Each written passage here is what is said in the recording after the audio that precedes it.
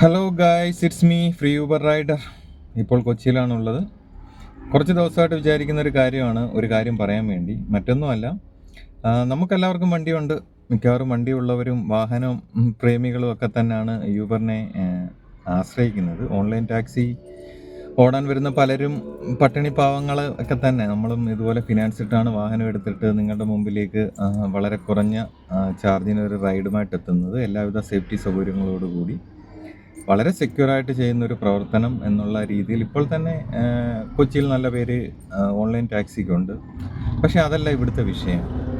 എനിക്ക് പറയാനുള്ള കാര്യം, നാരോ റോഡുകളിൽ, അതായത് വളരെ ചെറിയ റോഡുകളിലേക്ക് കണക്ട് ചെയ്ത് പോകുന്ന 2-3 വീടുകൾ മാത്രമുള്ള ഏരിയയിലേക്ക് നിങ്ങൾ റൈഡ് ബുക്ക് ചെയ്യുമ്പോൾ ഞങ്ങൾ വളരെ കഷ്ടപ്പെട്ട് അവിടെ എത്തിക്കഴിയുമ്പോഴത്തേക്കാണ് മനസ്സിലാവുന്നത് നാരോ റോഡാണ്, വാഹനം കയറാൻ ഭയങ്കര ബുദ്ധിമുട്ടാണ്. ചിലപ്പോൾ 50 മീറ്റർ അല്ല 60 മീറ്ററേ കാണത്തുള്ളൂ ആ ഒരു റോഡിലേക്ക്, നിങ്ങളുടെ വീടിൻ്റെ അടുത്തേക്കുള്ള ടേണിങ്ങിലേക്ക്.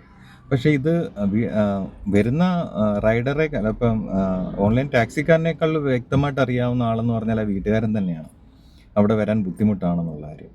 ഇപ്പോൾ ഒരു 50 മീറ്റർ ഒന്ന് പുറത്തോട്ട് ഇറങ്ങി നിൽക്കാൻ മഴയില്ലാത്ത സാഹചര്യങ്ങളിൽ, അല്ലെങ്കിൽ രോഗാവസ്ഥയില്ലാത്ത നടന്നു വരാൻ സാഹചര്യമുള്ള ആരോഗ്യവാന്മാരായ അല്ലെങ്കിൽ ആരോഗ്യവതി ആയവർക്ക് ഈസി ആയിട്ട് പറ്റുന്നൊരു കാര്യമാണ്. പക്ഷെ അത് ചെയ്യാതെ വാശി പിടിച്ച് അവിടെ ഇരിക്കുകയും നമ്മൾ വളരെ കഷ്ടപ്പെട്ട് അവിടെ കയറി വണ്ടിയുടെ സൈഡെല്ലാം സ്ക്രാച്ച് ആവുകയോ ബമ്പറൊക്കെ പൊട്ടുകയോ ഒക്കെ ചെയ്യാറുണ്ട്. ശ്രദ്ധിച്ചാൽ മതി, ഇവിടെ ഓൺലൈൻ ടാക്സി ഓടുന്ന മിക്കവാറുള്ള വാഹനങ്ങളെല്ലാം അതിൻ്റെ കോലം നോക്കിയാൽ മതി. പുതിയ വാഹനങ്ങൾ തന്നെ 1 മാസം 2 മാസം മുതൽ 1 വർഷം വരെ പഴക്കമുള്ള വാഹനങ്ങളുടെ അവസ്ഥ അതാണ്. എന്തുകൊണ്ടാണ് നമ്മളിതിനെതിരെ പ്രതികരിക്കാത്തത് എന്നറിയാമോ? കാരണം നമ്മൾ ചെയ്യുന്ന ജോലിയോടുള്ള ആത്മാർത്ഥത കൊണ്ട് മാത്രമാണ്. സന്തോഷത്തോടുകൂടി അവിടെ കയറി എടുക്കാനും, അഥവാ പുറത്തോട്ട് ഇറങ്ങി വരാൻ മടിയാണെങ്കിൽ പോലും നമ്മളവിടെ എങ്ങനെയെങ്കിലും സർക്കസ് കാണിച്ച് അതിനകത്ത് കയറി ആളെ എടുത്ത് വളരെ കഷ്ടപ്പെട്ട് തിരിച്ച് വരുന്ന സാഹചര്യം ഉണ്ടായിട്ടുണ്ട്.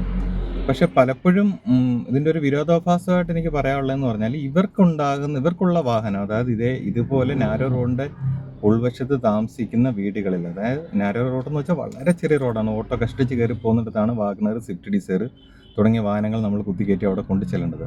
അവരുടെ വാഹനങ്ങൾ അവർ 500 രൂപയോ 1000 രൂപയോ മന്ത്ലി കൊടുത്തിട്ട് പാർക്കിംഗ് ഗ്രൗണ്ട് ഉണ്ടല്ലോ, തൊട്ടടുത്തുള്ള പാർക്കിംഗ് ഗ്രൗണ്ടിൽ പാർക്ക് ചെയ്തിട്ടാണ് നമ്മളെപ്പോലുള്ള ഓൺലൈൻ ടാക്സിക്കാരെ വളരെ ഫോഴ്സ് ചെയ്യിപ്പിച്ച്, അല്ലെങ്കിൽ മിണ്ടാതിരുന്നിട്ട് ബുക്ക് ചെയ്തിട്ട് നമ്മൾ എങ്ങനെയെങ്കിലും അവിടെ എത്തിക്കോട്ടെ എന്ന് വിചാരിച്ചിരിക്കുന്നു. അത് വളരെ മോശമായ ഒരു കാര്യമല്ലേ?